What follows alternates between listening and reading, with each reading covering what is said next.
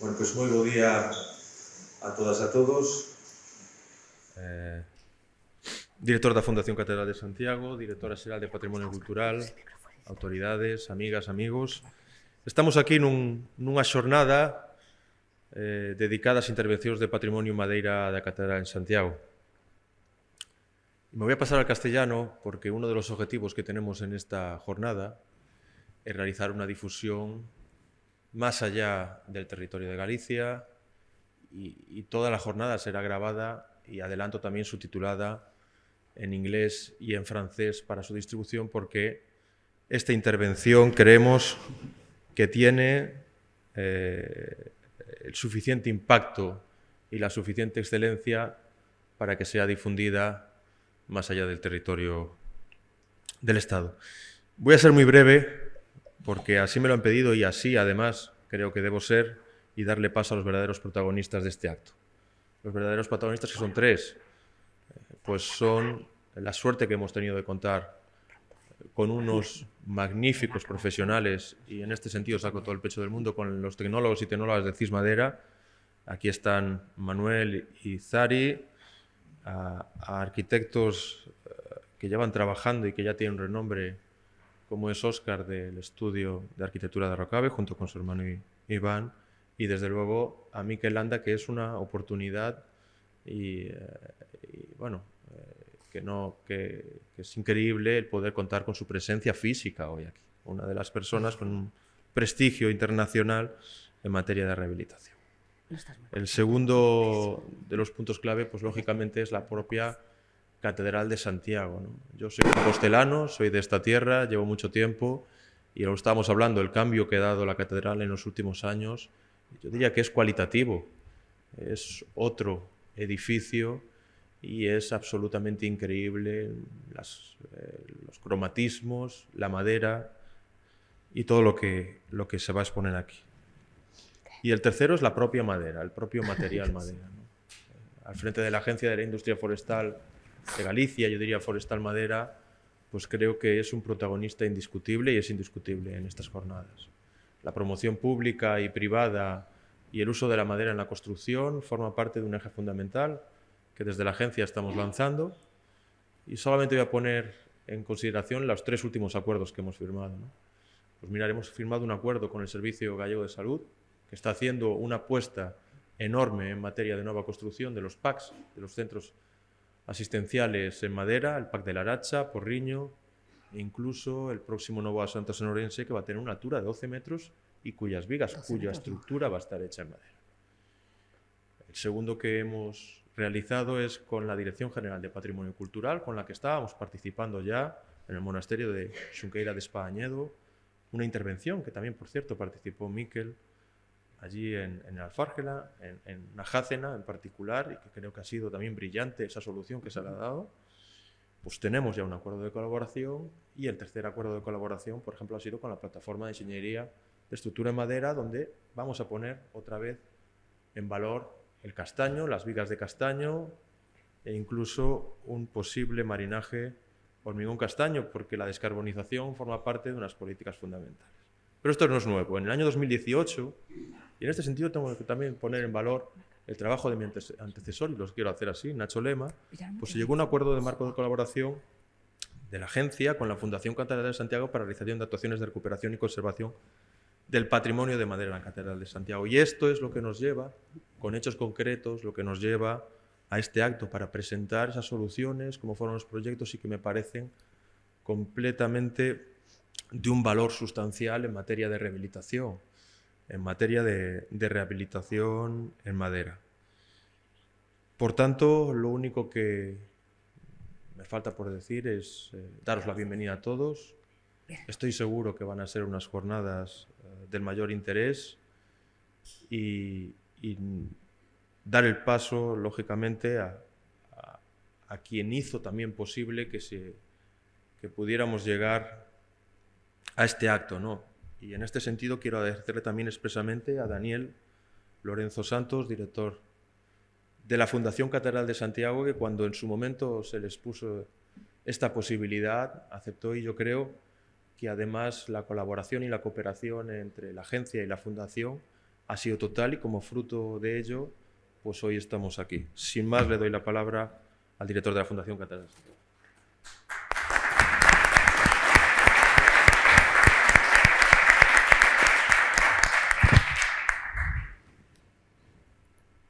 Moitas gracias ao director da Axencia da Industria Forestal de Galicia, directora xeral de Patrimonio, autoridades, queridos amigos todos, xa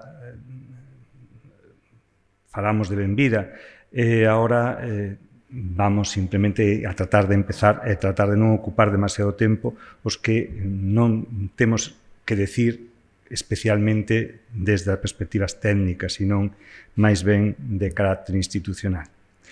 Permitidme, por tanto, unhas palabras breves, espero que así sexa. Tamén me paso a castellano, tal y como teníamos comprometido. En esta última etapa de la campaña de obras de restauración de la Catedral de Santiago, básicamente a partir del año 17, hablábamos del convenio del 18, pero especialmente, digo, y básicamente a partir del 17, desde la Casa de la Fábrica de la Fundación Catedral, y siempre en comunicación y consonancia con los técnicos de Dirección Xeral de Patrimonio Cultural de la Xunta, se ha incidido en establecer criterios claros de intervención, apoyándose en la experiencia de lo ejecutado desde el año 2010 y en los estudios específicos, informes y proyectos desarrollados por profesionales y expertos de diferentes disciplinas.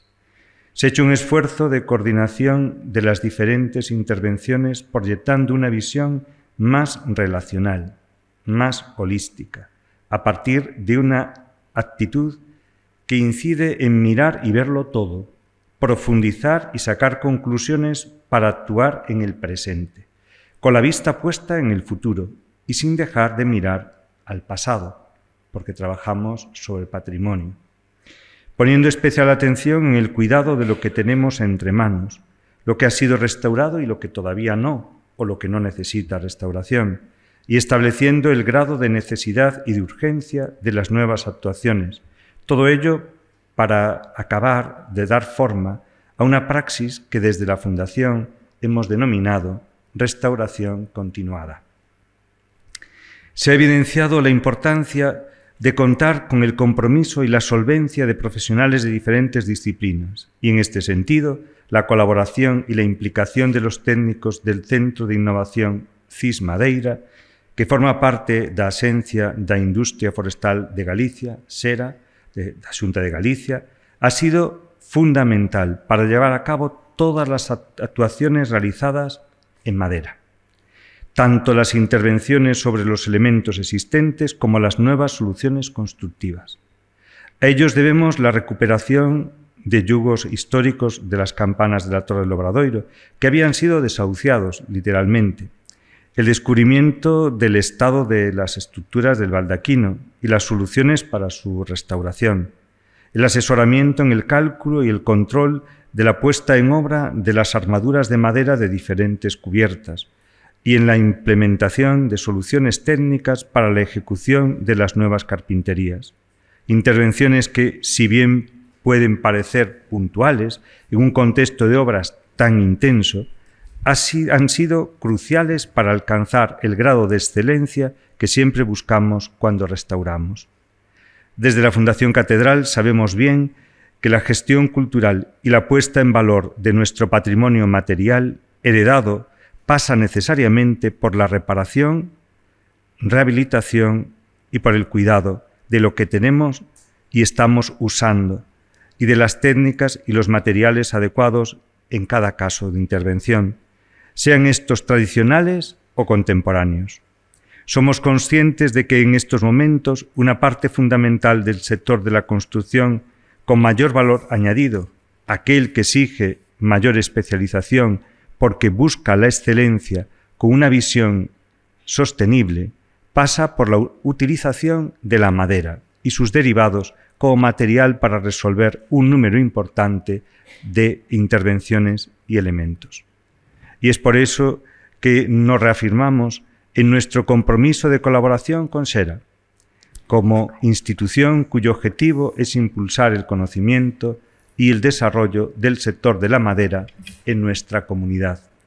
Os deseo a todos una espléndida jornada de trabajo, que para todos sea ocasión para incrementar nuestro conocimiento en relación específicamente a la madera y que todo lo que escuchemos también nos sirva a la hora de poder entusiasmarnos con la madera como material que no solo es noble, sino que hay que utilizar valorándolo precisamente desde esa potencialidad grande que, como nos contarán, realmente tiene. Muchas gracias.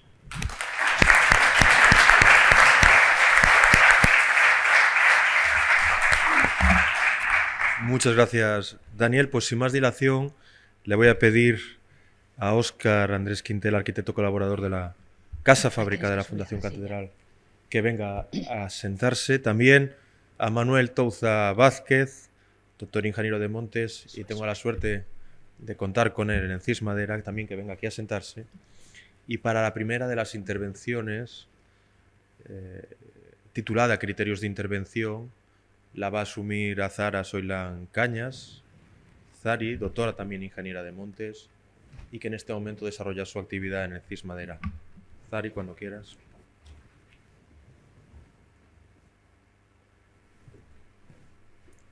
Muchas gracias. Buenos días a todos. Es para mí un placer, como os podéis imaginar, estar hoy aquí para hacer esta presentación. La idea de esta presentación es comentar cómo abordamos este tipo de intervenciones desde CIS Madera. Desde nuestro centro, tratamos de tener un esquema de actuación cuando intervenimos en concreto en este tipo de estructuras. Son estructuras existentes con un elevado valor patrimonial, ¿no? En este caso estamos hablando de estructuras muy singulares con un enorme valor histórico, como es el caso de la Catedral de Santiago de Compostela. Para trazar esta charla, me voy a basar, hemos decidido, ¿no?, hablar de 4 factores o 4 puntos sobre los que trazamos estas intervenciones. El primero de ellos pues, sería la especie de madera, el segundo, contenido de humedad, el tercero lo hemos basado en la identificación, localización e identificación de patologías y para finalizar con un planteamiento estructural. Entonces, voy a ir dando una serie de pinceladas de cómo intervenimos en cada uno de estos factores, cuáles son los resultados con los que nos encontramos habitualmente, en el caso concreto de la catedral, y cuál es la importancia de estos factores en concreto, ¿no? Voy a comenzar hablando de la especie de madera. En el momento en el que nosotros entramos y nos encontramos con cualquier estructura, lo primero que nos preguntamos es cuál es la especie de madera, ¿no?, que es la protagonista que va a ser la protagonista de nuestra intervención. Tenemos que tener en cuenta que habitualmente, sabéis que existen muchísimas especies de madera, ¿no? Pero nosotros trabajamos con un rango bastante acotado de especies, sobre todo cuando estamos hablando de estructuras de madera. Ya estamos acotando en el sentido de que necesitamos especies apropiadas, es decir, con unas propiedades mecánicas y físicas adaptadas para ese uso. Estamos también hablando en general de especies con una elevada durabilidad natural, porque han llegado hasta nuestros días, la mayor parte de ellas pues, pasando por un largo periodo de la historia, ¿no? También teniendo en cuenta el contexto histórico, el momento histórico en el que fueron ejecutadas estas estructuras y conociendo también la historia forestal de Galicia, pues al final digamos que nos quedan un grupo de especies bastante determinado con el que solemos trabajar. Esto lo que nos permite es que podemos identificar macroscópicamente estas especies de madera. Es decir, hay una serie de caracteres anatómicos que son visibles a simple vista, con los cuales podemos saber con qué especie vamos a trabajar, ¿no? Eso lo podemos hacer a simple vista, como digo, o con una lupa de unos pocos aumentos. Sin embargo, hay otras especies, cuando nos encontramos, no es el caso, ¿no?, pero a lo mejor si nos encontrásemos con una especie tropical o algunas especies de algunos géneros muy amplios, como el género Pinus, puede ser necesario realizar una identificación microscópica. En este caso ya tendríamos que analizar todas esas células, ¿no? A llegar a observarlas fundamentalmente. Hemos trabajado con madera de roble en el caso de los yugos, de las campanas, por ejemplo, ¿no? Y también, bueno, la estructura de la iglesia de Santa María la Antigua de la Corticela, donde también tenían vigas de roble. El castaño es, como digo, el protagonista de gran parte de las estructuras que hemos visto, no solo en la catedral, sino en una gran parte del patrimonio que tenemos en Galicia.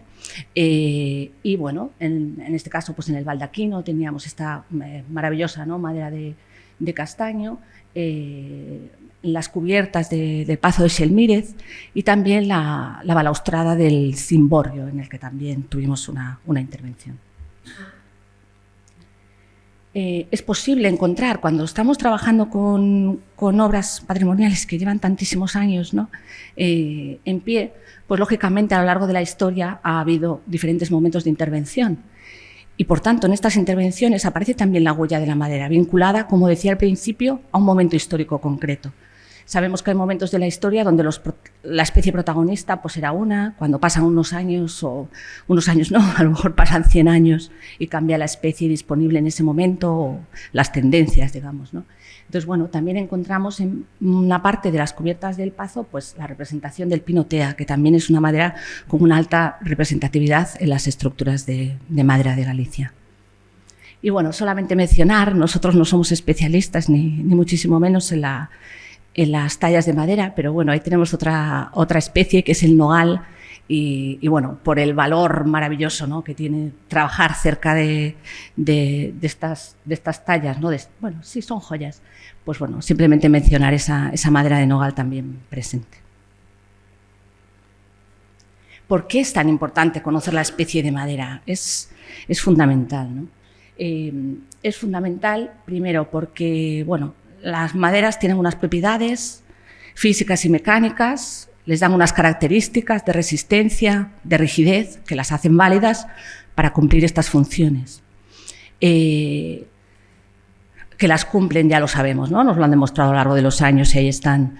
Si nos estamos planteando una intervención, queremos hacer un cambio de uso, estamos pensando, como suele ser habitual muchas veces en obras patrimoniales, en permitir visitas, en hacer un uso museístico, en cualquier tipo de cambio de uso que le queramos dar a esa estructura, debemos saber cuáles son las propiedades mecánicas para plantear o bien un posible refuerzo o bien intervenciones de otro tipo o simplemente para limitar la carga, para limitar el número de personas que puedan acceder a esa estructura.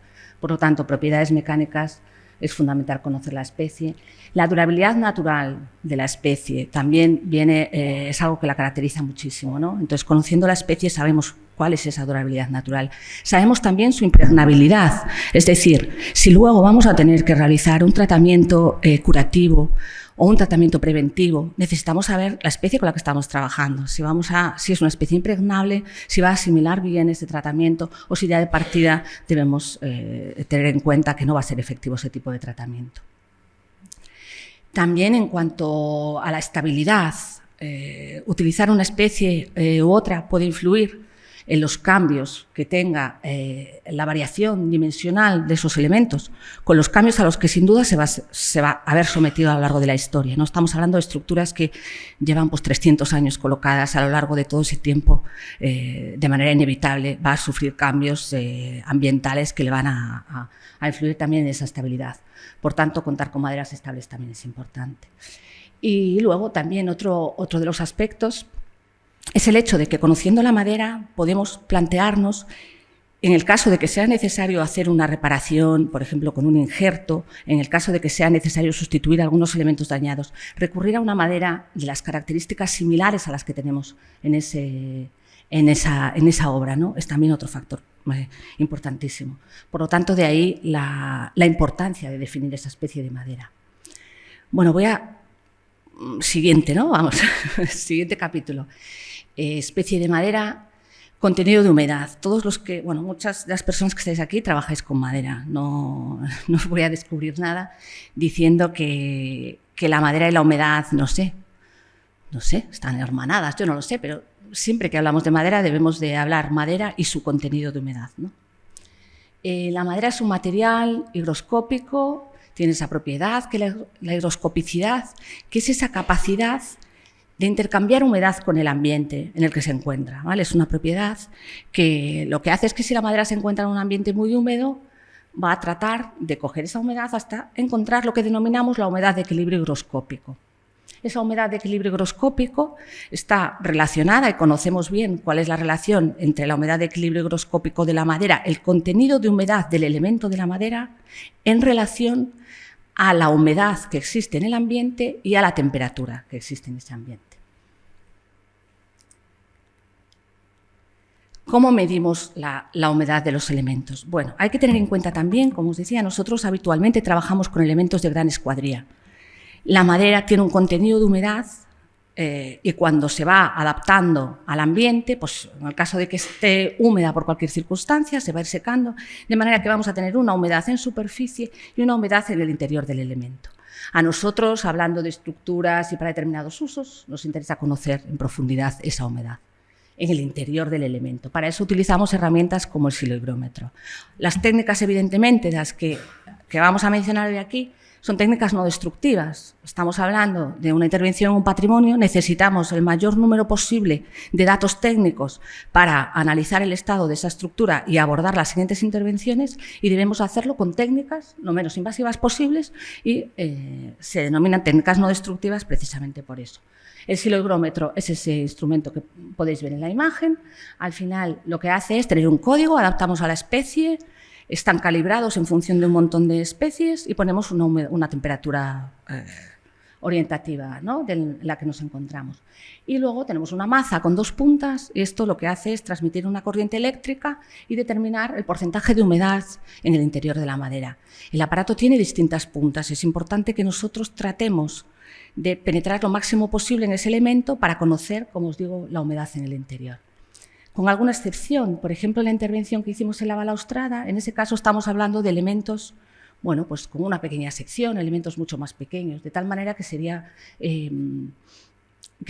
nos sería útil pues ese tipo de silohigrómetros más prácticos a nivel de uso, ¿no? Y que, como buscamos esa humedad en un elemento de sección pequeña, es suficiente con esa evaluación. Bueno, ¿por qué es importante el contenido de humedad? Pues por muchísimas cosas. Al entrar en una obra, cuando nosotros llegamos a esa estructura, es lo primero la especie y lo segundo ver la humedad. La humedad, el contenido de humedad nos va a decir dónde está el riesgo. ¿Dónde está el riesgo de un ataque de patógenos? El contenido elevado de humedad está relacionado con muchos ataques de los agentes xilófagos, ¿no? Por poner una referencia, por encima de un 20% de un contenido de humedad en la madera estamos hablando de un riesgo de ataque de hongos xilófagos, ¿vale? Son ataques que pueden ser peligrosos y en muchas ocasiones dañan de manera muy importante las estructuras antiguas. Analizamos esos puntos, vamos a medir la humedad directamente en puntos de riesgo, que nosotros sabemos dónde puede haber ese contenido de humedad, ¿no? Entonces, bueno, por un lado tenemos la humedad para saber cuál es el riesgo de ataque patógeno. Si detectamos elevado contenido de humedad en algún punto, automáticamente vamos a buscar la patología asociada, si es que existe, ¿no? Si ese contenido de humedad lleva mucho tiempo actuando. Bien, además, volvemos a lo de siempre, si hay cambios bruscos en el contenido de humedad, eso puede provocar, nos afecta también a la estabilidad de los elementos. Si una madera está muy húmeda y la vamos a secar, nos afecta a los encuentros entre elementos. Si hay algunos tipos de uniones que por esa estabilidad de la madera pueden verse afectados. Y otro aspecto donde nos influye también es en el caso de que necesitemos hacer reparaciones, en el caso de tener elevados contenidos de humedad, esto nos puede afectar a la calidad de los encolados. Si estamos planteando hacer un injerto con un adhesivo, debemos de tener muy controlado ese contenido de humedad. La humedad es importante en cualquier cosa que hagamos con madera, sobre todo patologías, estabilidad, por esa capacidad que tiene la madera de hinchazón y merma. Y bueno, nosotros siempre, aún lo comentábamos estos días, ¿no?, la importancia de que en toda obra donde haya madera exista un silohigrómetro. Y también bromeábamos como, no sé, pues en vez de tener el botiquín, pues cuando tengas la madera tienes que tener ahí tu silohigrómetro. O cuando, como kit de regalo, que el suministrador de madera te regale ya el silohigrómetro para que, bueno, puedas estar atento y tratar siempre de que esa madera funcione en las condiciones adecuadas, ¿no? Conocemos el material que tenemos. Bueno, pues sabemos cómo funciona bien. Y funciona bien con un contenido de humedad apropiado, ¿no? Bajo ese 20% que comentábamos. Bien, tema clave también, las patologías. Bueno, siempre o gran parte de las intervenciones que hacemos, la idea es identificar las patologías que hay. Bueno, primero localizarlas, si existen esas patologías, y después identificarlas, ¿no? Bien, aquí voy a hablar también de una herramienta con la que se lleva trabajando muchísimos años en el CIS Madeira. Seguimos trabajando con ella y nos sigue pareciendo una herramienta, no sé cómo deciros, muy potente a nivel de que es una técnica no destructiva, pero que nos aporta muchos datos realmente, y es el resistógrafo. El resistógrafo es un equipo que lo que consiste es, bueno, lo veis ahí en la imagen, ¿no? Lo que tiene es una aguja, en nuestro caso podemos atravesar elementos de hasta 40 centímetros y atravesamos la madera con una potencia constante. El resultado, el dato que nos da el resistógrafo es la resistencia de la madera al ser atravesada por esa aguja. Estamos hablando de una aguja que en la punta tiene una broca de 3 milímetros. El efecto, la huella que nosotros dejamos en ese elemento es un orificio de 3 milímetros, prácticamente inapreciable. Como tal, es una técnica no destructiva, es una técnica puntual, es una medición puntual, es decir, yo paso el resistógrafo en un punto concreto, por lo tanto su empleo debe ser también muy minucioso, debemos de testar siempre varios puntos, debemos de hacer una comparativa, que es la forma en la que se trabaja con este instrumento, ¿no? Aquí tenéis, pues, cómo lo empleamos, ¿no? Nosotros hablamos se realizan pinchazos, ¿no? Decimos a las mediciones que hacemos con el resistógrafo. Entonces, ¿dónde tratamos de acceder? En aquellos puntos con un elevado contenido de humedad que hemos detectado previamente y donde pensamos que puede haber una patología asociada, o bien en algunos puntos donde no tenemos un acceso visual. Entonces, esta herramienta también nos permite, pues, introducir la aguja, pues, en los apoyos embebidos en el muro. Sabemos también que son zonas de especial riesgo. Por lo tanto, trabajamos así. En ocasiones tenemos que atravesar elementos para llegar al punto que queremos. En este caso podéis ver en la gráfica, ¿no? Tenemos un primer, bueno, esa primera, esto, ¿no? Aquí, ¿no? Esta parte veis que es cuando atravesamos el taco de castaño de apoyo, es decir, la propia gráfica nos va a marcar ese apoyo. ¿Qué vemos en la gráfica? En la gráfica vemos esa diferencia de resistencia. El resistógrafo tiene elevada sensibilidad de tal manera que marca la diferencia en los anillos de primavera y de verano, por eso veis que esos perfiles son como unos piquitos, ¿no? Nosotros determinamos cuando no hay resistencia, esa gráfica baja. Tenemos en el eje inferior centímetros, la parte de la sección que estamos atravesando, y en el eje vertical un porcentaje de resistencia. Entonces, veis la gráfica azul y la gráfica roja. Nosotros la utilizamos como un elemento con medidas relativas, es decir, vamos a ir a la zona de riesgo que estamos evaluando y vamos a pinchar en una zona sana, que nos servirá como perfil patrón. Entonces vamos a comparar el perfil patrón con el perfil de la zona donde estamos tratando de comprobar si hay patologías. ¿Veis? La gráfica azul sería la gráfica de la zona que nosotros nos hemos alejado un poquitín del apoyo, donde pues a simple vista nos parece que pueden haber mejorado las condiciones. Lo veis ahí, ¿no? Tenemos esa gráfica azul con unos picos. No sé dónde tengo el láser. Aquí.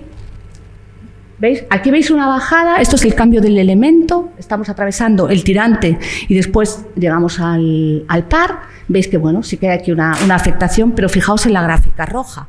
La gráfica roja es la que hacemos en la zona de riesgo, donde vemos que hay esa parte del tirante que nosotros vemos a simple vista más o menos sana, pero llega un momento donde en ese encuentro entre el tirante y el par hemos perdido casi por completo la resistencia, por un ataque combinado, en este caso, de hongos y de termitas. El tipo de gráfica nos permite identificar también cuál es la patología. ¿de acuerdo? Es diferente la gráfica que obtenemos con un ataque de termitas, con un ataque de hongos, a con un ataque de insectos. Entonces, por eso decimos, bueno, que con una serie de datos hay que ser precisos. Hay que ser minuciosos en el trabajo. Si en un ataque de termitas nosotros podemos pinchar, como os decía, es una medida puntual, podemos pinchar en un lugar y tener un perfil perfectamente normal, nos metemos 5 centímetros, 3 centímetros hacia el interior y detectamos un hueco que es el típico ataque de termitas en una zona un poco más alejada, ¿no? Por eso, bueno, tenemos ya nuestro patrón, nuestra forma de trabajar y bueno, es un poco lo que queríamos mostraros, ¿no? La potencia de esta herramienta.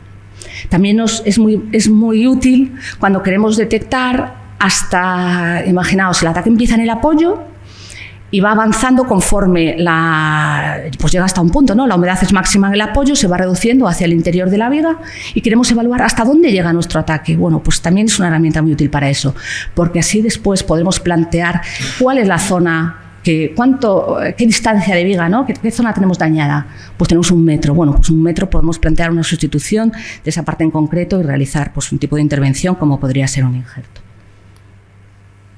Bien, pero en este caso queríamos centrarnos en concreto en un uso del resistógrafo que no es el que nosotros hacemos habitualmente, y es cuando lo utilizamos en el caso de la balaustrada del cimborrio. Este es, bueno, el cimborrio, veis ahí, es el mecanismo que mueve el botafumeiro. Vale, ahí veis, teníamos una plataforma de trabajo, afortunadamente, porque la barandilla está muy alta. Y bueno, cuando llegamos a hacer claro, es un elemento estructural, al final una barandilla tiene que tener esa resistencia, esa barandilla tan elevadísima, ¿no? ¿Y qué ocurría? Que esa barandilla tenía un ataque generalizado de anóvidos y en algunos casos, en varios de esos balaustres, se detectaban roturas. Entonces, bueno, era como, vale, ¿qué hacemos con esa balaustrada? ¿Se puede mantener? ¿No? ¿Qué criterio establecemos?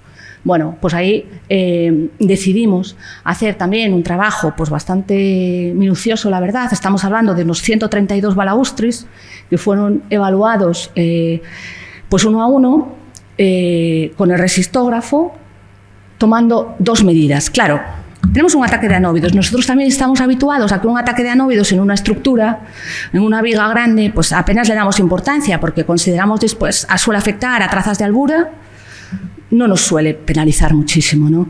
Sin embargo, cuando estamos hablando de una sección tan pequeña, estos balaustres en la base tienen 10 por 10 centímetros y en esas zonas tan estrechas pues tienen muy poquita sección. Por lo tanto, un ataque de anóvidos en esa sección sí puede ser condicionante. Bueno, lo que decidimos fue realizar 2 medidas en todos los balaustres, una medida en la zona de la base y otra medida en esa zona donde se producían más fracturas. Tomamos esa serie de medidas y el valor que nosotros utilizamos en este caso es un valor medio de resistencia. Trazamos un valor medio de resistencia en esas medidas y establecimos un criterio. Un criterio pues en base a los balaustres que apreciamos que habían tenido esa rotura, ¿no? Y bueno, y también donde observábamos el ataque más importante de esos anóvidos. En función de eso, de ese análisis en detalle, pues el resultado fue pues hacer esa sugerencia, ¿no? O sea, nuestra propuesta era, bueno, pues estos elementos o bien son sustituidos por unos similares o bien, bueno, se podría hacer algún tipo de refuerzo, algún injerto puntual, bueno, de alguna manera, ¿no? Pero lo que queremos decir es que cuando dispones de esta herramienta como es el resistógrafo, al final, en obras de una magnitud tan importante como la Catedral de Santiago, tienes que aprovechar que en este momento hay acceso a esa balaustrada, ¿no? Es un momento muy singular para tratar de obtener la mayor información posible que garantice su continuidad en el tiempo. Bien, siguiente paso, ¿no? Hemos pasado por todo ese análisis, todo esto nosotros evidentemente lo planteamos en informes lo más completos posibles. Pues un poco, nosotros somos partidarios, evidentemente sabemos que la Fundación Catedral también lo es, y como es lógico, de que como profesionales que estamos pasando, que tenemos la oportunidad de acercarnos a este tipo de estructuras, dejar toda la información posible que a nuestro juicio, la que estamos observando, ¿no? desde nuestro punto de vista como en este caso como profesionales del sector de la madera, dejarlo todo lo posible escrito y bien plasmado en informes. Sabemos que no se puede acceder a este tipo de estructuras pues cada año, por tanto asumimos esa responsabilidad dando toda la información posible. hablando esto de planteamiento estructural, ¿qué quiero decir? Bueno, otro aspecto fundamental. ¿Qué estructura? ¿Con qué estructura estoy tratando? ¿Con qué elementos? ¿Qué función están cumpliendo estos elementos? ¿En qué encuentro tengo entre esos elementos? ¿Cómo va a funcionar esta estructura? ¿Dónde van a estar mis puntos críticos a nivel estructural, ¿no? A nivel tensional? Entonces, bueno, solemos hacer también un esquema que nos permita reproducir siempre en la medida de lo posible la estructura, los elementos ante los que nos encontramos. Y en este caso, nuevamente, vuelvo a mencionar el resistógrafo, porque no solo nos permite identificar patologías, sino que nos permite definir cómo es en este caso. Ahí vemos a nuestro compañero Moncho, que es un compañero del Cismadera, que es una persona maravillosa, que además es un gran profesional y bueno, pues en este caso le tocó también, ¿no? Muchas veces participar no solo en esta, sino en muchísimas intervenciones.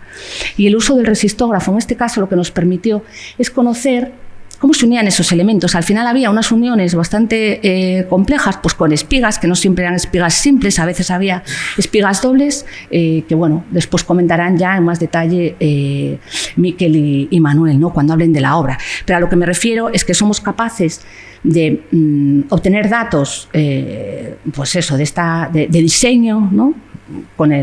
Empleando también el resistógrafo. Muchas veces nos sorprende. Nosotros cuando vemos una estructura, sobre todo cuando es una estructura existente, no se ve todo con claridad. Los primeros momentos en los que tienes que verla muchas veces para llegar a comprenderla, y además no está visible, no podemos desmontarla y ver, así la hicieron, qué bien, ¿no? Pues no tenemos esa capacidad. Entonces, bueno, tenemos que ir cogiendo datos para poder reinterpretarla. Entonces, bueno, lamentablemente no soy carpintera. Me gustaría poder hacer luego esa representación, ¿no? Como esa réplica para poder entender bien esos elementos. Tampoco se me da bien dibujar a mano, así que lo que recurrimos en el Cismadera es al diseño en softwares específicos de madera que nos permiten realizar todo ese tipo de detalles de tal manera que queden reflejados en el informe lo que nosotros apreciamos en ese momento, ¿no? Hasta donde podemos llegar, que bueno, supongo que muchas veces no será exactamente lo que hay, ¿no? Pero a lo que me refiero es que tratamos de llegar a ese detalle como y si quisiéramos, y si lo desmontásemos, y si lo volviésemos a montar, cómo me imagino que sería esa estructura, ¿no? Entonces, bueno, es otra de las cosas que nos gusta también plantear en los informes, pensando en eso, ¿no? En que quede toda esa información ahí reflejada lo máximo posible. Este es otro ejemplo. ¿Por qué no son muy útiles todas las herramientas de representación gráfica? Porque nos permite dar información de un vistazo, porque cuando tú haces la conclusión de tu informe y dices cómo estaba, cuando lo encontré, ¿no? ¿Cuáles son esos elementos dañados?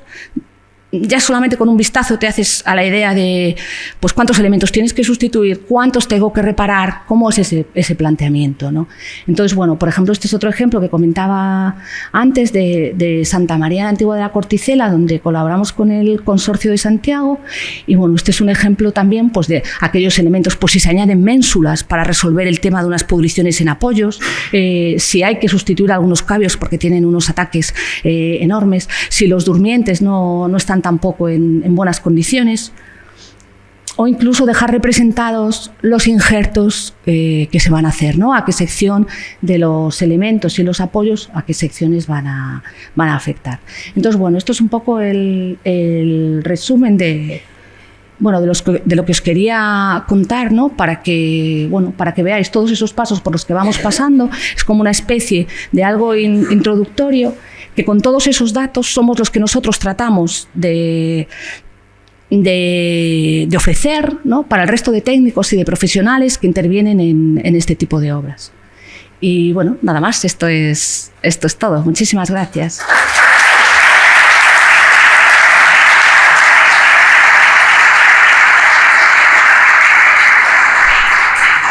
Y bueno, ahora os dejo con Óscar Andrés, que es arquitecto de la Casa da Fábrica, de la Fundación Catedral, una de las personas que más sabe de todas estas intervenciones que se han realizado, no solo con madera, sino muchísimos otros materiales, y que es un orgullo haber podido trabajar con él. Y bueno, que disfrutéis de las jornadas. Bueno, yo antes de nada quería agradecer al SERA y a la Fundación Catedral que me hayan invitado a estas jornadas. con gente a la que admiro tanto, como profesionales como Zari, como Manuel y como Miquel, ¿no? Lo que voy a hablar es un poco del uso de la madera en el contexto de las obras de la Catedral de Santiago, ¿no? Entonces, bueno, aquí las obras han sido muy corales, entonces lo que veréis es que en algunas de las imágenes aparece consignado un poco los técnicos principales que han trabajado en ellas, porque si no, bueno, pues me olvidaría, ¿no? No podría ir citando a cada uno de ellos. El título, que bueno, es un poco pretencioso, no lo puse yo solo, hace referencia tanto a la madera que se restaura, ¿no? Y que se repara, por decirlo así, que se complementa en algunos casos, como al descubrimiento de la madera como un material excelente, útil y sobre todo idóneo para resolver muchas de las partes más expuestas en madera, ¿no? O sea, me estoy refiriendo sobre todo a estructuras y a carpinterías exteriores y elementos de la envolvente exterior, y hace también referencia a toda esa madera que existió en algún momento en la Catedral de Santiago, que ahora ya no está y que seguramente nosotros con nuestras nuevas intervenciones pues de alguna forma estamos rememorando, ¿no? Porque bueno, la madera de la Catedral de Santiago hay que reconocer que ha estado siempre muy relegada, ha estado sometida a muchas vicisitudes, cambios, desapariciones y demás. Bueno, un poco por la condición que tiene la madera, ¿no? De material orgánico, algo que no tiene por qué ser necesariamente negativo desde el punto de vista sostenibilista a día de hoy, pues es algo que nos resulta muy positivo y sabemos además por la propia historia de la construcción que es algo que se puede soslayar simplemente con una buena elección del material, con un buen diseño constructivo, con una correcta puesta en obra, ¿no? Pero sí que es verdad que en la Catedral de Santiago la madera, no, por decirlo así, no forma parte de su carácter determinante, ¿no? La Catedral de Santiago es sobre todo una inmensa mole, una enorme fábrica de piedra granítica compuesta por columnas, pero sobre todo por muros, arcos y bóvedas, que hace que precisamente el uso casi de un solo tipo de piedra, aunque provenga de muchas canteras, hace que todo empaste muy bien, se integre muy bien y que todo este palimpsesto que es el románico y toda esta superposición del gótico, del renacimiento y sobre todo del barroco, ¿no? Que vemos aquí, pues hace que bueno, nos hagamos preguntar dónde estaba la madera, ¿no? Para indagar un poco cuál era o cómo era esa primera catedral románica, porque bueno, todo este mundo que vemos ahora nos confunde, ¿no? Pues tenemos que remitirnos una y otra vez a Kenneth John Conant. Para los que no sepáis de él, es bueno, pues el profesor de Harvard que en el año 25 presenta su tesis sobre la construcción temprana de la Catedral de Santiago de Compostela, hace ahora ya casi 100 años, y hace toda una serie de dibujos de cómo era o podía ser esa primera catedral, de cómo evoluciona hasta el siglo XIV y sobre todo una planta fantástica donde nos va arrojando luz sobre cómo tenemos que leer pues la planta que ahora tenemos, ¿no? Bueno, no es de esa tesis, este es un dibujo de él, de Conant, de un artículo, yo creo que 30 años posterior, en el que aprovecha el episodio de la huida de Gelmírez y Doña Urraca por los tejados de la catedral en el año 117, ¿no? Cuando se produce la revuelta, para de alguna forma hacer una hipótesis sobre cómo podía ser, ¿no? Y como veis ahí, se dice que se produjo un incendio, que ardieron las cubiertas de la catedral, y eso ha dado lugar a muchas hipótesis sobre si, aparte de que la catedral fuese abovedada en un inicio, pues hubo un momento donde pudiese haber tenido una estructura de madera. Yo creo que esa cuestión, desde mi punto de vista, está zanjada. Conant casi de alguna forma también la está zanjando. Lo que vemos aquí es, y lo que él dibuja, ¿no? Lo que está ardiendo es, como veis, una especie de entramado de madera, casi no llega ni a armadura, ¿no? Dispuesto encima de las bóvedas entre los propios morteros que hacen o configuran todo lo que son los faldones de la cubierta, ¿no? En esa simbiosis tan habitual, ¿no? Que era que bueno, pues tenías una bóveda que protegía de los incendios muy habituales en ese momento en el interior de la catedral a lo que era la propia estructura de cubierta, y al mismo tiempo, bueno, evidentemente la cubierta era la que te protegía de las inclemencias del tiempo, ¿no? Bueno, como veis, él dibujaba La otra cuestión es si la cubierta era de piedra o era de teja, ¿no?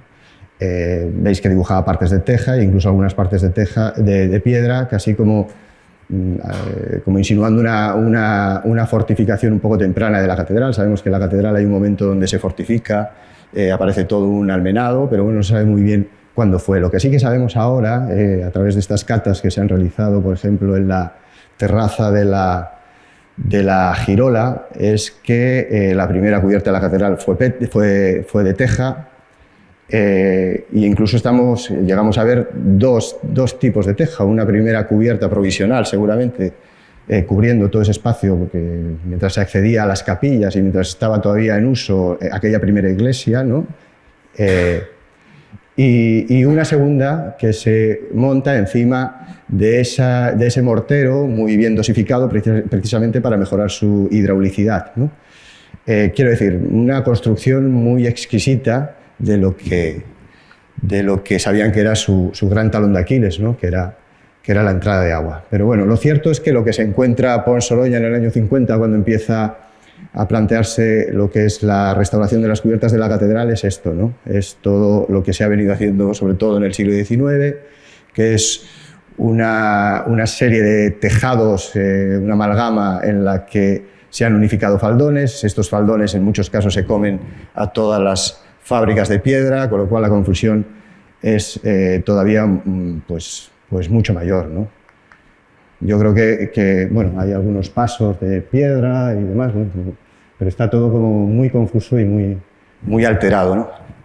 Un poco lo que muestra es de forma yo creo que un poco dramática, es esa especie de lucha frente al agua que ha sido uno de los grandes motores de la construcción de muchas de las partes de la catedral. Bueno, estas estructuras evidentemente eran de madera. Bueno, ahí veis al fondo cómo se está comiendo toda la fachada del transepto sur, ¿no? Todos los huecos. Eran estructuras de madera, pero bueno, seguramente que nada tenían que ver con las originales. Estructuras muy precarias, difíciles seguramente de conservar, o no. Quiero decir, nunca lo sabremos. Nos quedan estas fotografías, ¿no? Ahora seguramente hubiésemos actuado de una forma diferente, pero bueno, en ese momento era el signo de los tiempos, era el momento del hormigón, y lo que se hace básicamente es pues utilizar el hormigón casi para todo, ¿no? Se hacen una serie de zunchos encima de lo que son los arcos fajones, se hormigonan, se encamisan todas las bóvedas, se recomponen todos los nuevos faldones con tabiquería de ladrillo y una serie de forjados de rasilla con recrecidos de mortero,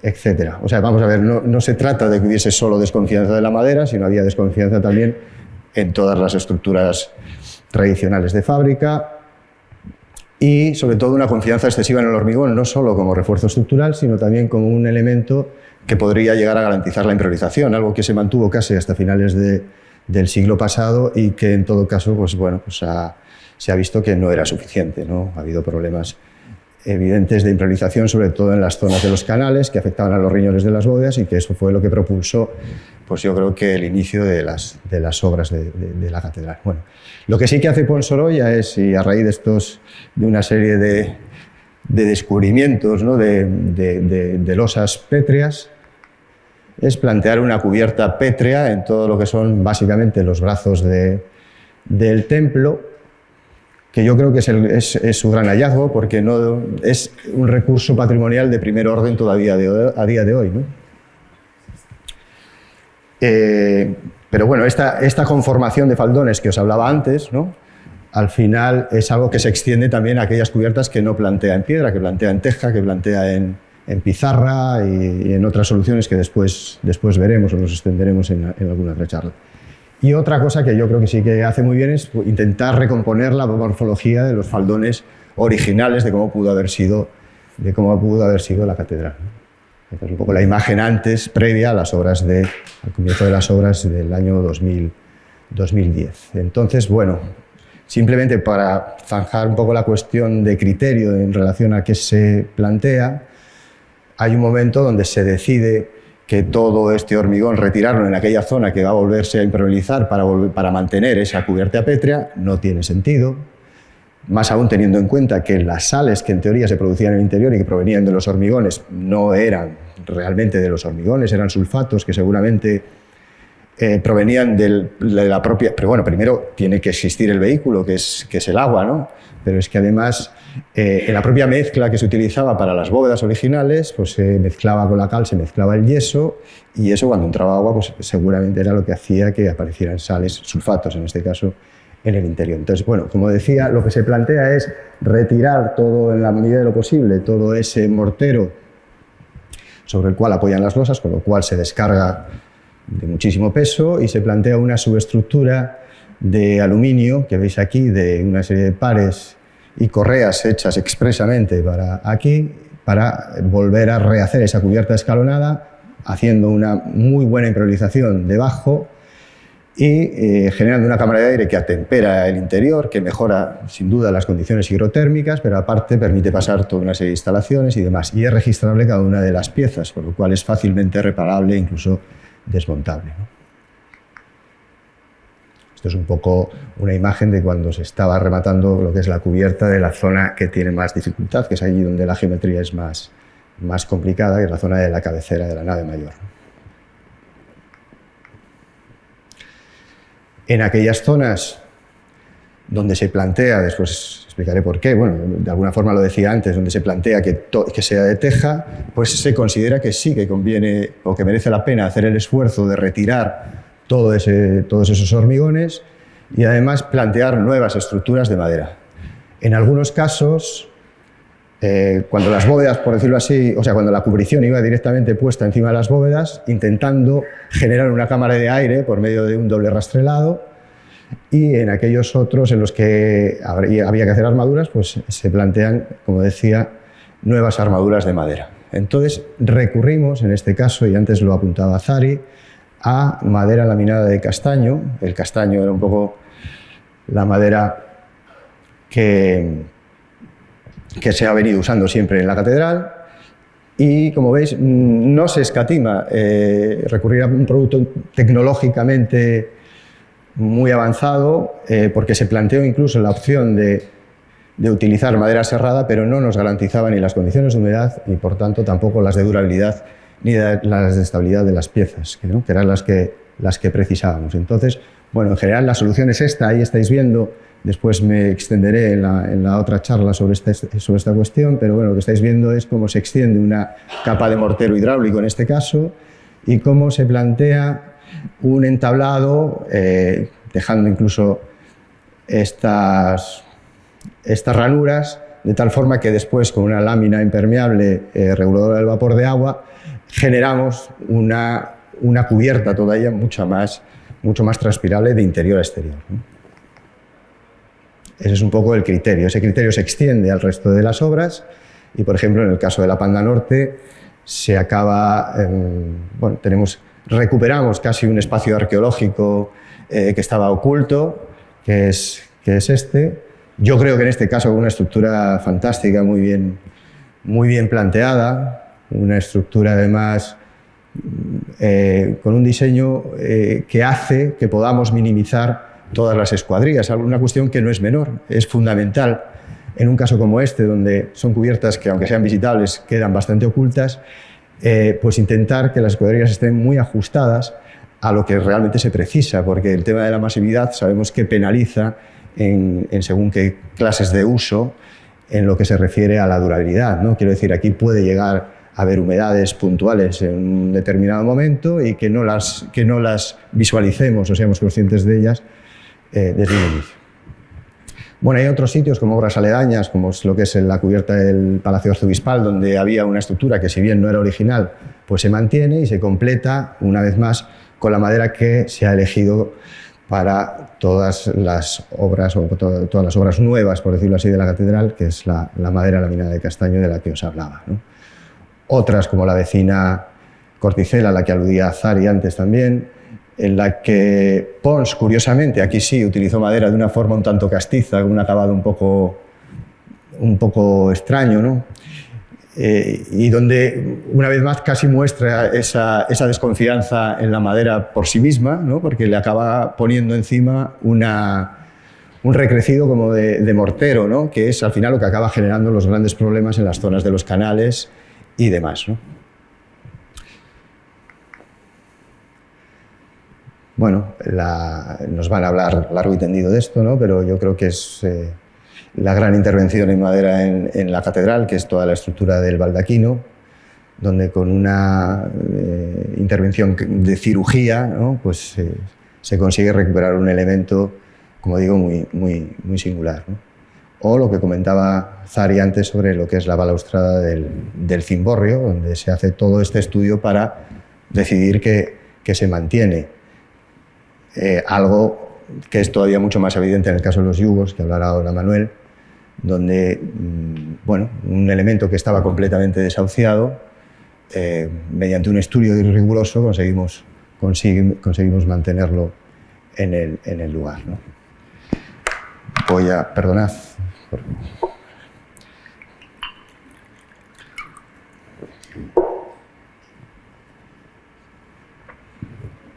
Bueno, voy a hablar ahora de las carpinterías exteriores. Desde el año 2010 se decide que la madera es el material preferente para lo que es la resolución de las carpinterías, no aquellas que son más evidentes, como todas las posibles fachadas de Fonseca, del claustro y demás, donde son carpinterías, por decirlo así, más equiparables a los del resto de la zona histórica, sino para aquellos elementos más singulares. Bueno, yo creo que el caso más emblemático es el de las carpinterías del Obradoiro, donde había todo este elemento de bronce con una subestructura de hierro que se había corroído bastante, había colapsado, y que además no permitía la apertura selectiva de huecos en momentos determinados, algo que sabíamos por un estudio específico que se hizo por parte de Soledad García, que era necesario para mejorar las condiciones hidrotérmicas de la catedral. Es decir, no se trataba de tener ventilaciones continuadas, es una especie de mito que ha habido muchas veces, sino que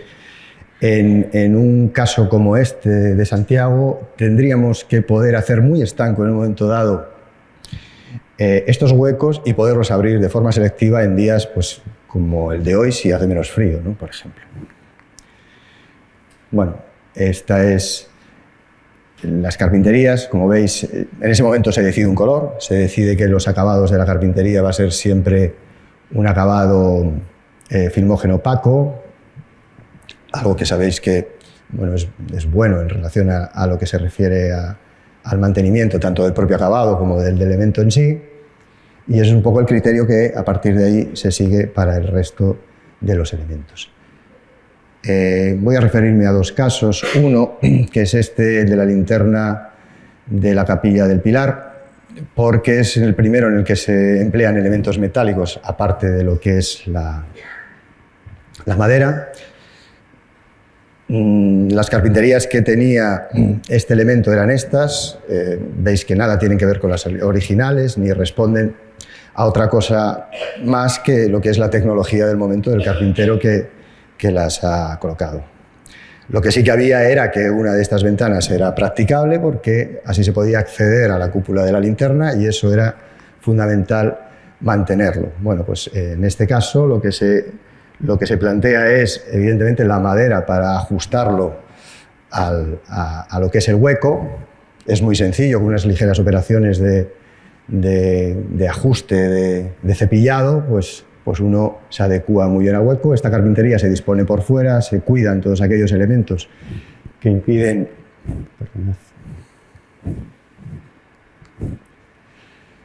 Bueno, que impiden que el agua quede estancada y demás, y parecía necesario que esto no fuese un único vidrio, aparte que los módulos eran diferentes, y entonces se establece una relación y una proporción de tal forma que se plantean una especie de partelunas verticales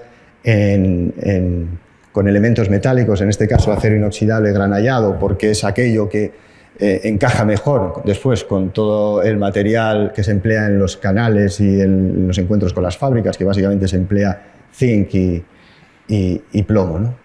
Y como veis también se plantea una microventilación en la parte superior, protegida, porque no se trata de que esa ventilación resuelva los problemas de ventilación de la catedral, sino que simplemente los problemas de condensación del propio elemento en las partes en las partes altas. Este es un caso singular, esta es una obra de Iago Seara, donde aquí se vio que era fundamental, desde el punto de vista hidrotérmico, con este estudio que os decía antes que se había hecho, que hubiese una ventilación a través de los dos óculos de los hastiales de los transeptos hacia el cimborrio, ¿no? Entonces, esta era una pieza que necesariamente tenía que cumplir la función de que fuese practicable y que fuese fácilmente manejable, ¿no?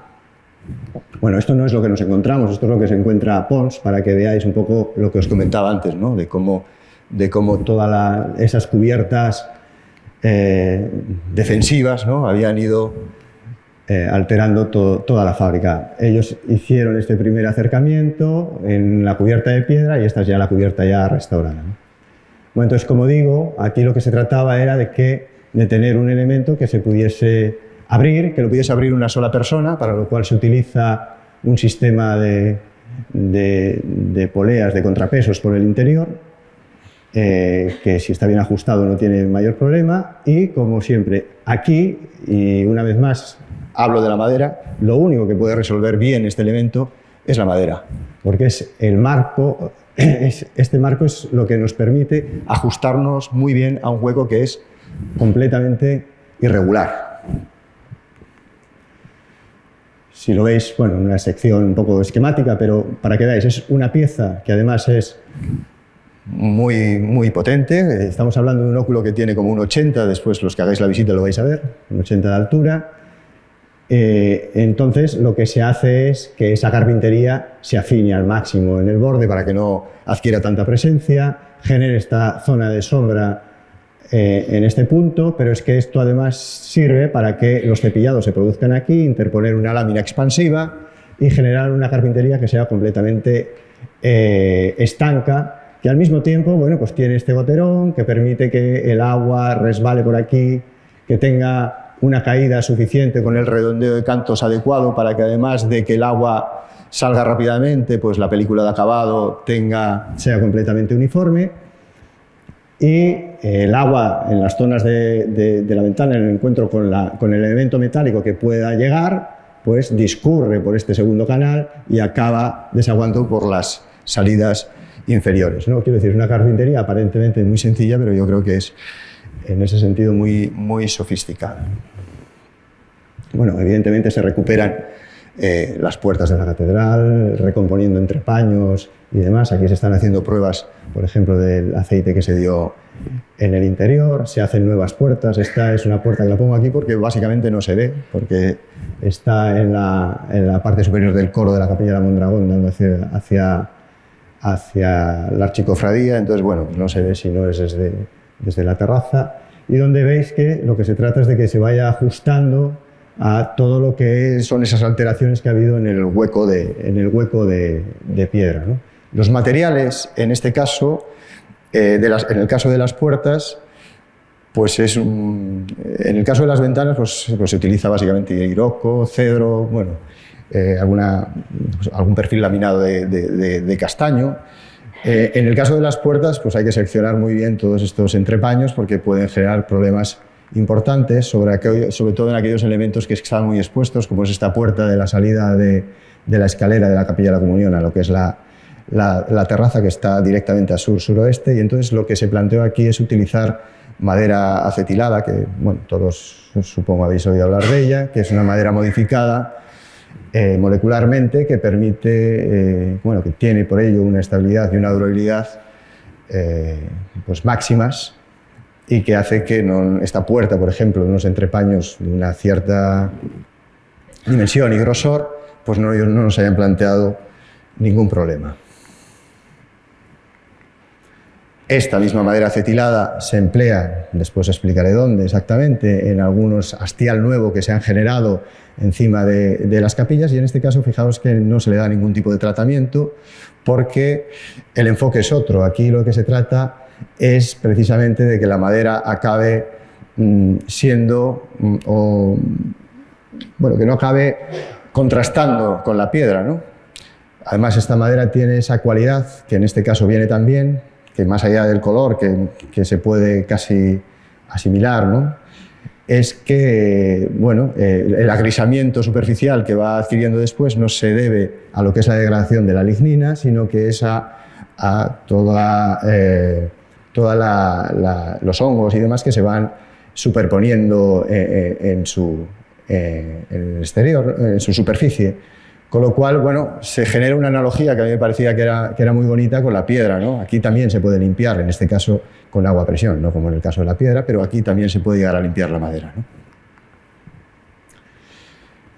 Bueno, yo creo que lo contemporáneo está en el enfoque que se hace de la restauración, ¿no? Pero sí que es cierto que hay una serie de elementos que de alguna forma ponen el acento contemporáneo en el interior de la catedral y que acompañan a las propias obras de restauración interior y a la retirada de toda una serie de elementos que confundían mucho y que, bueno, que alteraban mucho toda esa percepción de este espacio románico tan tranquilo, ¿no? Estos elementos contemporáneos de los que hablo son aquellos propios de la iluminación, donde estas lámparas pues seguramente es lo más emblemático, todo el tema de mobiliario, de bancos, de sillas y demás, ¿no? Bueno, yo quiero ahora referirme sobre todo, para finalizar, a tres ejemplos donde se utiliza la madera y donde la madera además de las cualidades que todos le reconocemos, resuelven funcionalmente el elemento y sobre todo potencian de alguna forma el carácter simbólico y representativo, incluso el mensaje que en algún momento se quiere lanzar, ¿no? El primero de ellos es el cierre provisional que se hizo del Pórtico de la Gloria durante las obras para preservarlo precisamente del polvo y de la humedad que se generaba en el interior y que es, como veis, un muro masivo ejecutado todo él con vigas laminadas de abeto a las cuales se les hace este estriado de tal forma que se vea como una superficie uniforme y se genera un telón de fondo que yo creo que no compite con lo que es todo el elemento escultórico, ¿no? Se plantean estos huecos de puertas, incluso de vidrio, para que tengan una visión estratégica en algún momento.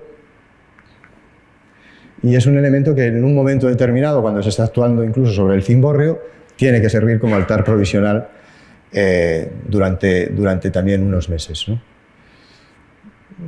Bueno, yo creo que el elemento pues está muy bien de diseño y demás, y además yo creo que estaba tan bien que hubo un momento donde mucha gente pensó que se iba a quedar ahí, ¿no? Alterando un poco lo que sería pues, la condición de un nártex abierto a la catedral, como es toda la zona del Pórtico de la Gloria, ¿no?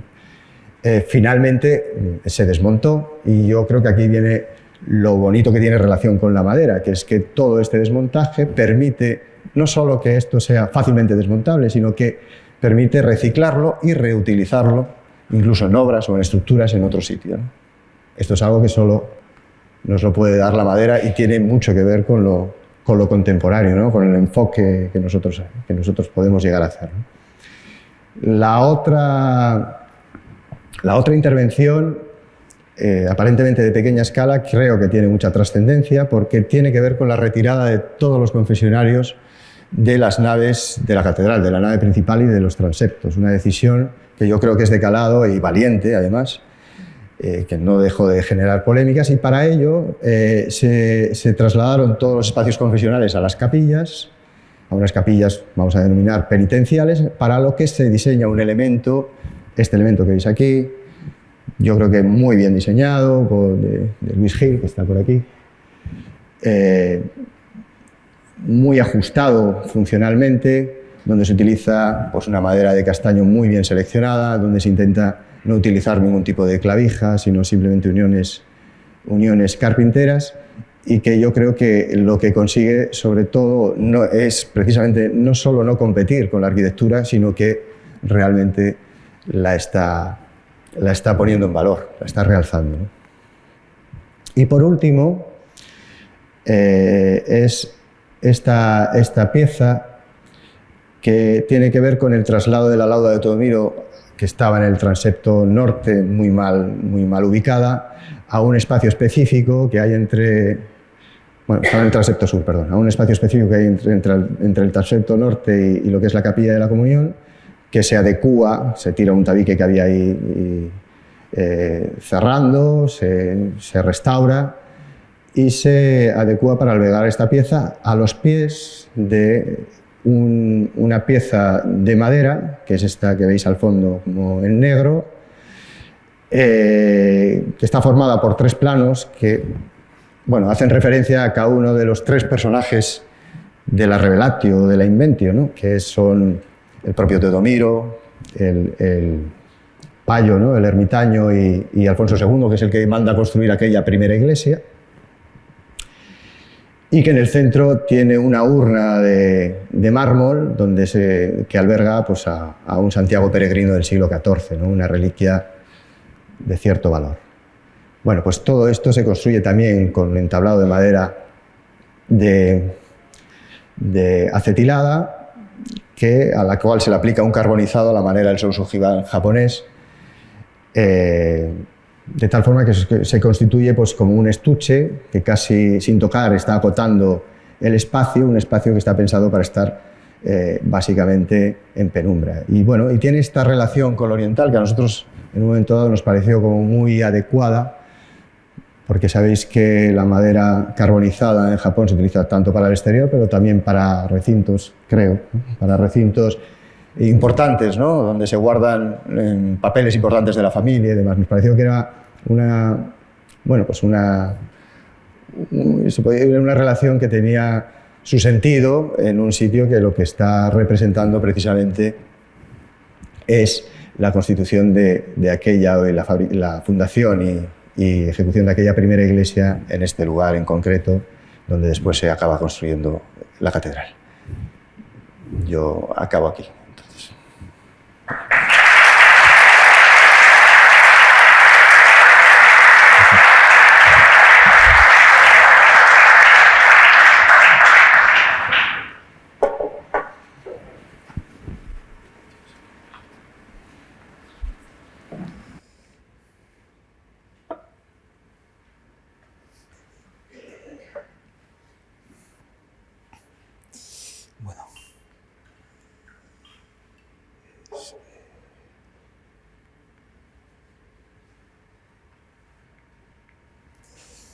Le das aquí, ¿verdad, Óscar?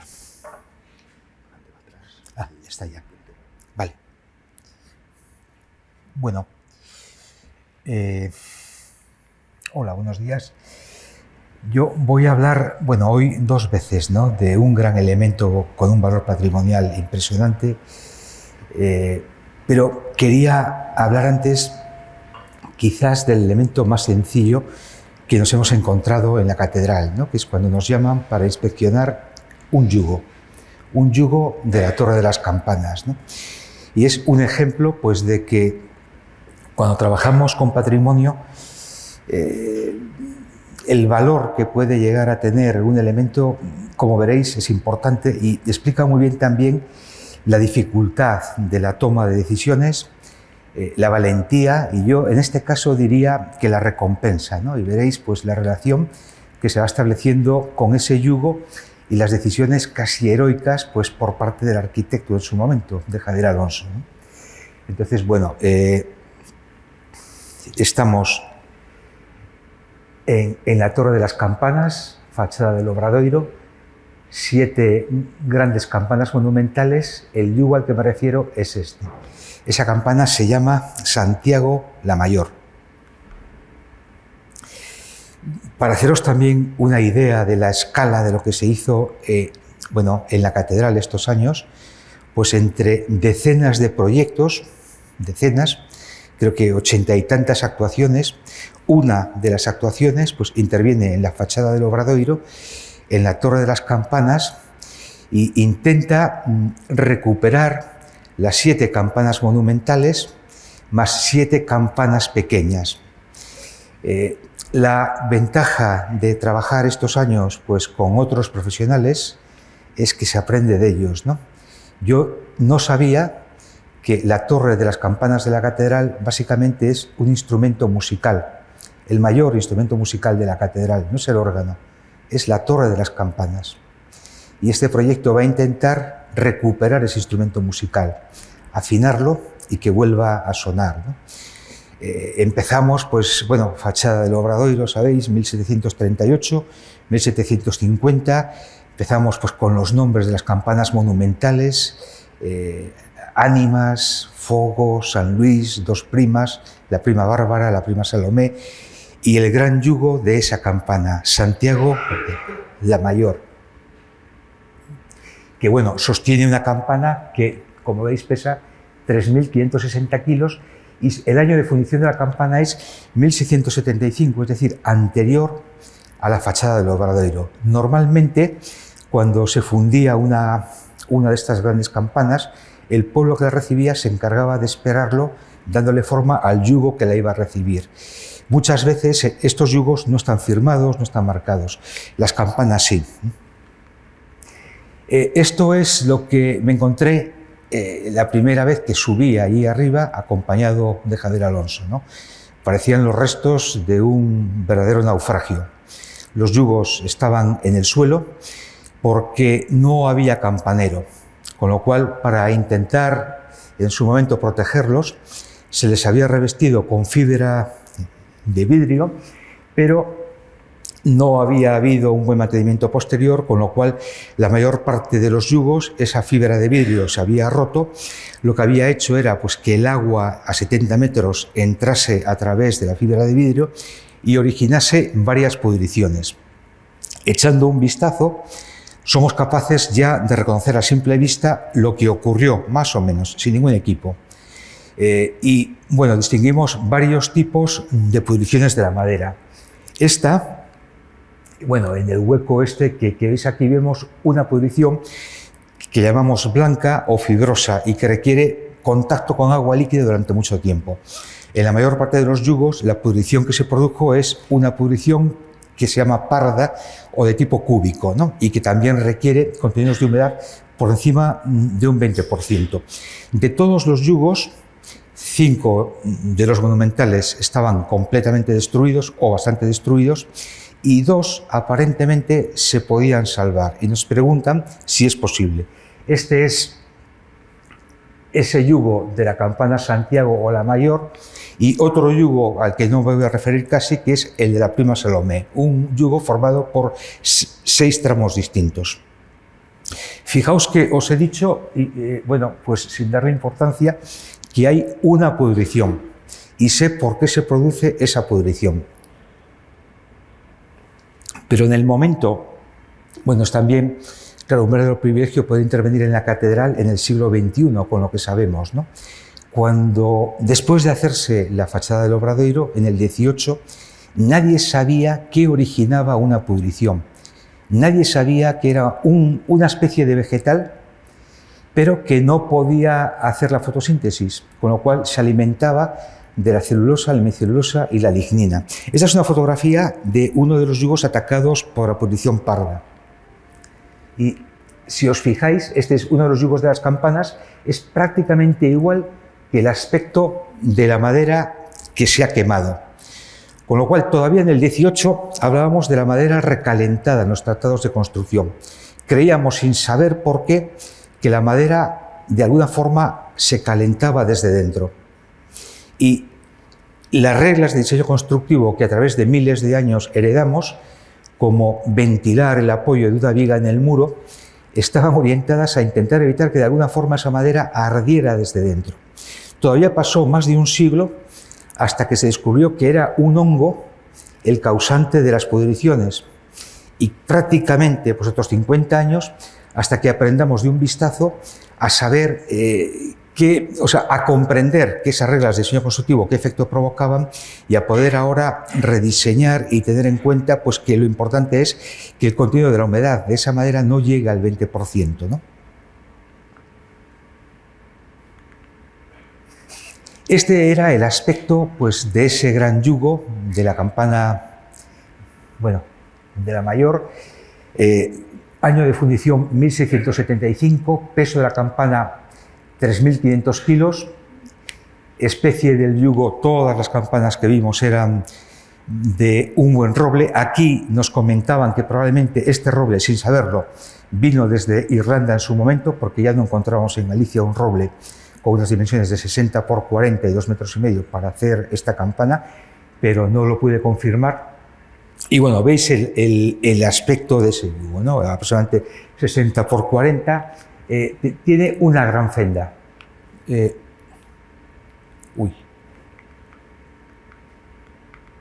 Una gran fenda, perdón, que es esta, que veis aquí. Y bueno, como dijo antes Daniel, el yugo estaba prácticamente ya no desahuciado, o sea, nadie daba un duro por él, ¿no? Porque veían pues un aspecto bastante malo, le faltaba una parte de la sección, tenía una gran fenda. Y en esa visita con Javier Alonso, Javier, sin presentarme, le preguntó a una de las personas que estaban allí viendo los yugos qué opinaba, si ese yugo se podría salvar o no. Y esa persona, sin saber que yo había ido a ver el yugo, dijo literalmente que ese yugo no servía ni para hacer leña para una barbacoa, ¿no? Y le llamó viejo.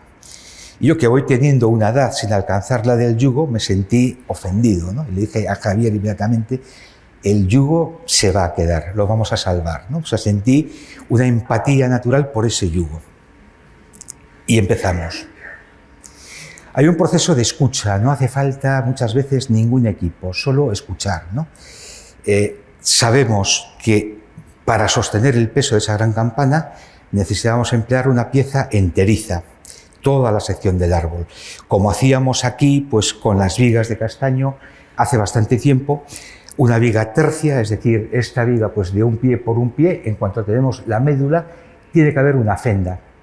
Y como este yugo es una pieza enteriza, tiene una fenda. La fenda va de la médula, que localizamos en un extremo, a la médula que está en el otro extremo. Con lo cual, es una fenda de secado que tuvo lugar hace pues 350 o 400 años. Inevitable, sin ninguna importancia. Además, ahora pues, podemos aplicar una fórmula que nos permite pues, estimar el tamaño que tendría esa fenda, ¿no? La fórmula es esta, pi por el radio de ese, bueno, del yugo, que son, si esto mide 60 centímetros, el radio sería 30, por los coeficientes de contracción del roble en sentido tangencial, lo pincha y merma en ese sentido, en sentido radial, 0,30 menos 0,15, por la humedad que perdió. Como no empieza a mermar hasta que llega el 30% de humedad, pues consideré ese 30 y consideré que estaría al 12%, dividido entre 50. Me sale unos 5 centímetros, que es aproximadamente el tamaño de esa fenda. Pero fijándome, sé que el que cortó esa madera sabía lo que hacía, porque colocó la fenda en la parte superior, con lo cual estructuralmente funciona mucho mejor. Y probablemente buscó una pieza donde las dos componentes, o sea, la médula a un extremo y al otro, no están a la misma altura, hay una pequeña desviación, con lo cual la fenda no es continua, se va rompiendo y vuelve a aparecer. Con lo cual, probablemente el que escogió esa pieza para este yugo sabía perfectamente lo que hizo y revisó muchísimas piezas, ¿no? Nos falta también, si os fijáis, pues una parte de sección aquí, que es inevitable porque no han podido evitar que haya una parte de albura en ese tramo, ¿no? Nosotros en el castaño lo primero que hacíamos al colocar una viga era purgar la albura, porque en aquella época no la podíamos proteger, ¿no? Es lo mismo que vemos en esta viga de aquí, que es de la misma época. ¿Por qué ese yugo estaba bien y los otros no? Pues porque en Santiago, que llueve aproximadamente 140 días al año, en Galicia en general, la gran incidencia del viento húmedo es del suroeste, el ardalén, ¿no? el aire que viene del otro extremo del mar. Las borrascas, bueno, estas borrascas que veis aquí. Y la catedral está en sentido este-oeste, con lo cual la exposición suroeste sería esta, y nuestro yugo, el de la campana mayor, está justo aquí. completamente protegido de la exposición suroeste, mientras que los otros a 70 metros pues casi lo llueve de forma horizontal, ¿no? ¿Cuánto puede durar un roble más o menos pues colocado en distintas clases de uso según la exposición? Bueno, pues un roble en una clase de uso que llamamos 2, madera bajo cubierta, no expuesta a la intemperie, aunque pueda haber bastante humedad, ese yugo para mí estaría prácticamente en una clase de uso 2 o quizá 3.1. La clase 3.1, el yugo puede mojarse un poco, permanecer húmedo durante poco tiempo. En estas dos clases de uso el yugo duraría más de 100 años, que es lo que ocurrió. Para que dure menos, el yugo tiene que pasar a una clase 3.2. En la clase 3.2 la madera está a la intemperie, pero sí permanece húmeda durante un tiempo bastante prolongado, ¿no?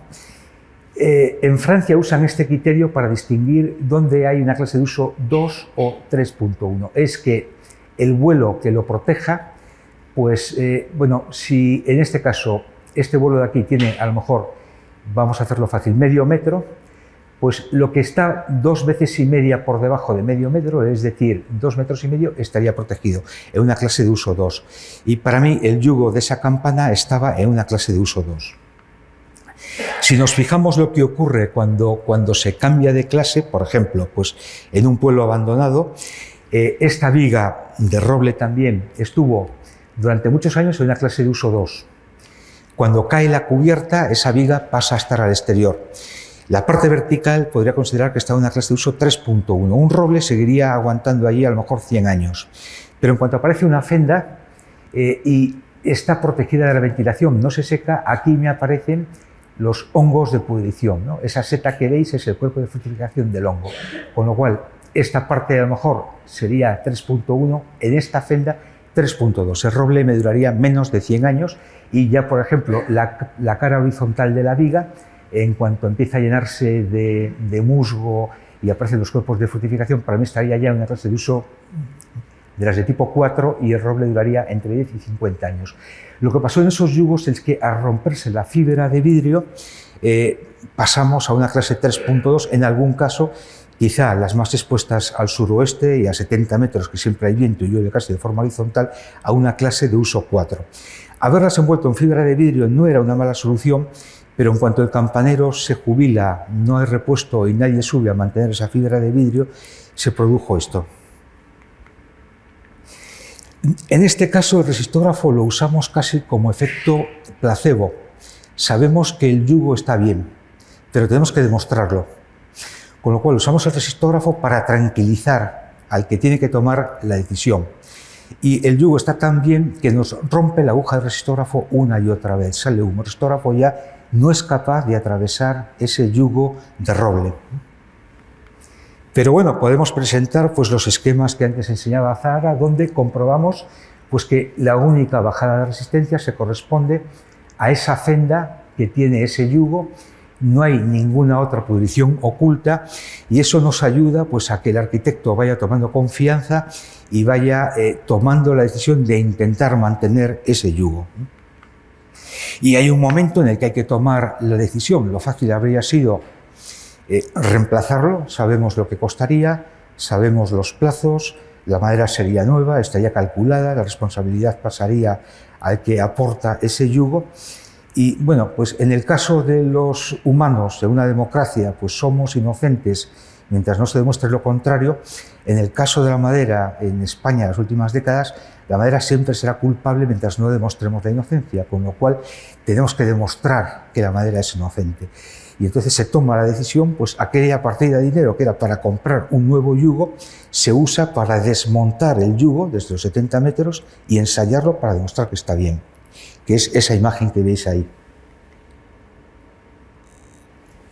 Llevamos el yugo a un laboratorio de la Universidad de Santiago, se llama PEMADE, la Plataforma de Ingeniería de la Madera Estructural. Llevamos colaborando con ellos muchos años y si no tuviéramos ese laboratorio difícilmente habríamos podido probar la inocencia del yugo, ¿no? Vamos a simular un ensayo que imite pues, la carga que supone esa campana. Y fijaos, bueno, aquí veis el montaje del yugo. Estamos en esos laboratorios de PEMADE. José Manuel Guaita, que creo que está hoy aquí, que es el director del laboratorio, Ana Castro, aparejadora de la catedral, la aparejadora por parte de la constructora de Texas, Zari, bueno. Y fijaos, al aplicar las reglas de cálculo de estructuras de hoy, pues tenemos que penalizar todavía mucho ese yugo. Lo penalizamos porque es de madera maciza, lo penalizamos porque está en la Torre de las Campanas, una clase de servicio 2, y lo penalizamos por soportar la carga permanente de una campana. Lo penalizamos los arquitectos pues, con un factor K-MOD que es de 0,6, que quiere decir que si el yugo ya soporta 3.600 kilos, la prueba dividimos 3.600 entre 0,6 y va a tener que soportar 6.000 kilos, 6 toneladas. Ese yugo debe tener sus 300 y pico años. Y el criterio para comprobar si se puede mantener es que la luz del yugo entre los apoyos no supere un valor de esto que sería 2,5 metros dividido entre 350. Es decir, lo vamos a someter a 6 toneladas de carga y no puede flectar en el centro más de 7 milímetros.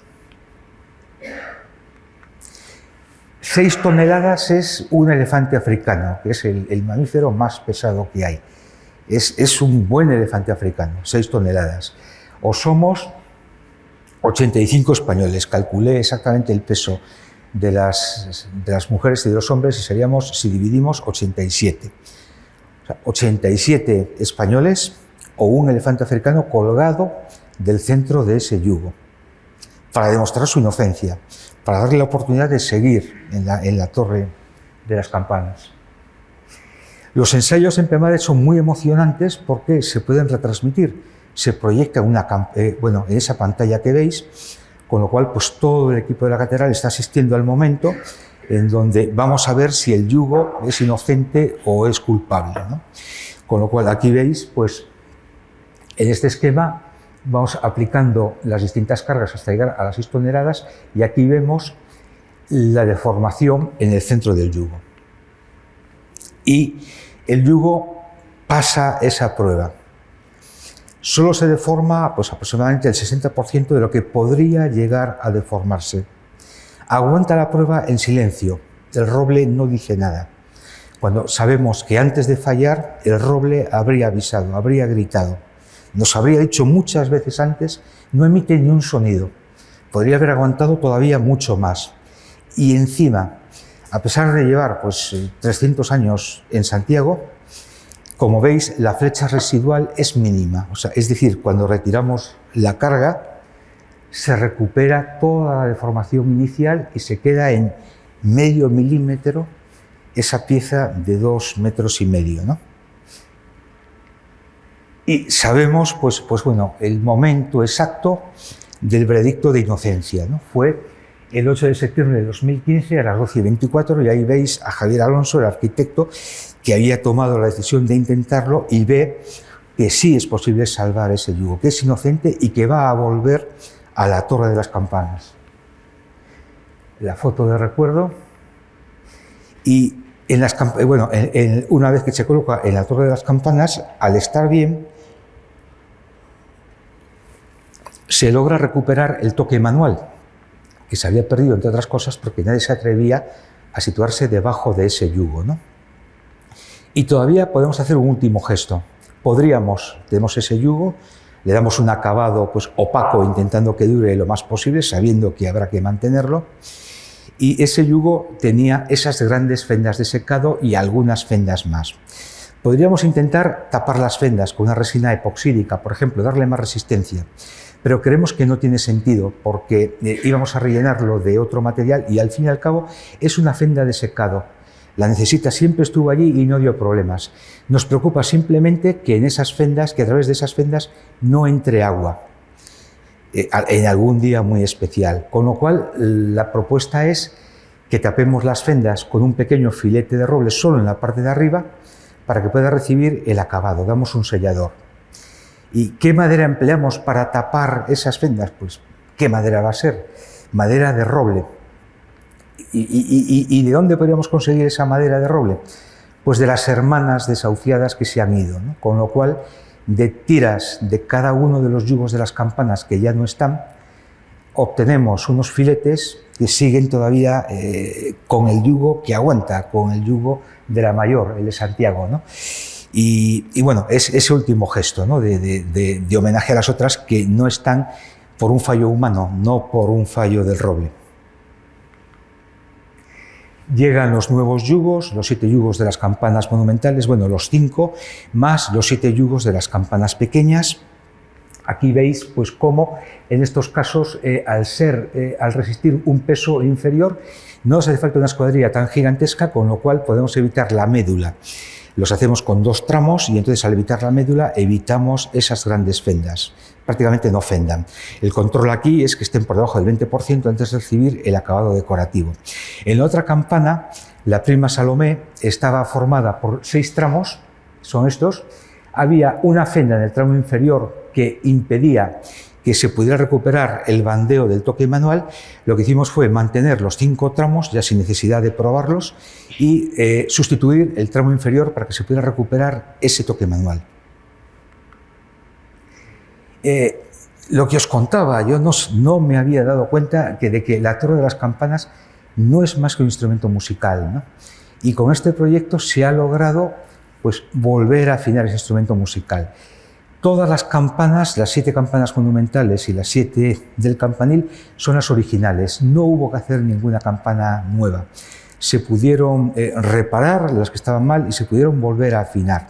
Con lo cual se ha rehabilitado ese instrumento musical y el sonido prácticamente es el mismo que tenía. Las campanas son las mismas.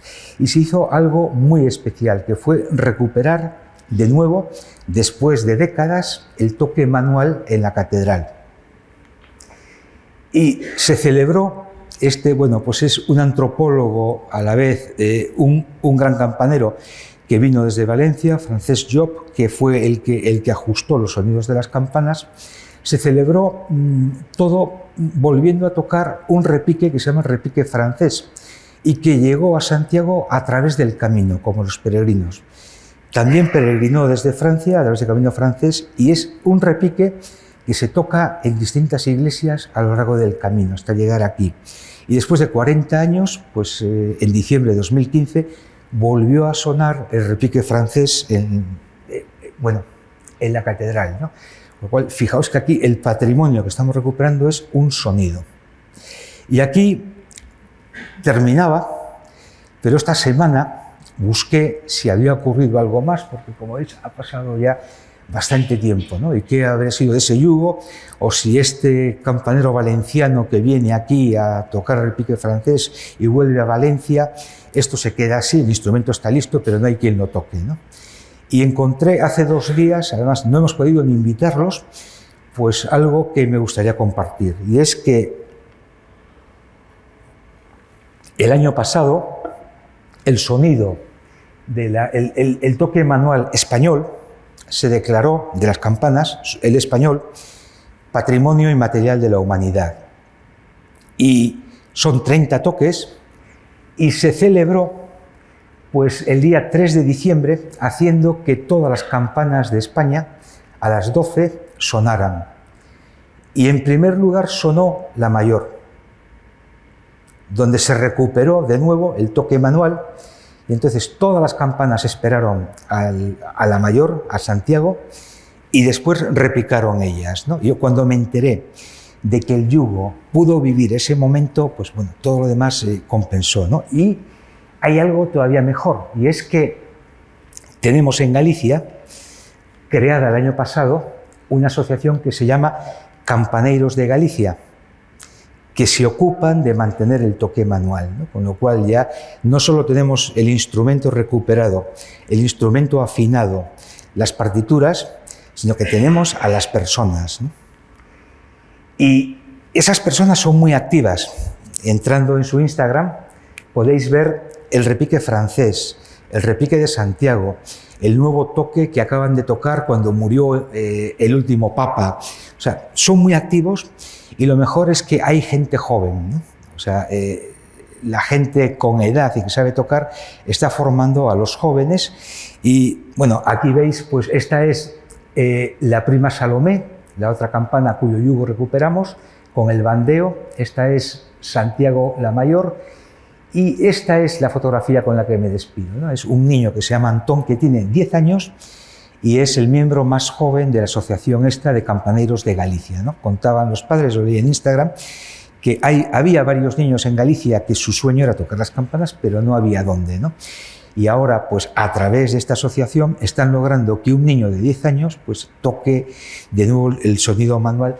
Y bueno, pues si entráis en su página de Instagram, vais a escucharlo, ¿no? Vais a escuchar el repique francés, el toque, la celebración de la mayor, etcétera, ¿no? Por eso, bueno, os contaba que en patrimonio no hay casi un elemento pequeño, ¿no? Y ahora, bueno, pues los que vayáis esta tarde a la visita la vais a ver, y los que no podáis ir, acordaros de dónde está este yugo que quizás si lleva pues 350 años formando parte de la campana y se obtuvo a lo mejor de un roble inglés o español que tuviera sus 500 600 años para conseguir esa pieza, quizá ese roble nació antes de que se empezase a poner la primera piedra de la catedral, ¿no? Y bueno, ahí sigue. Muchas gracias.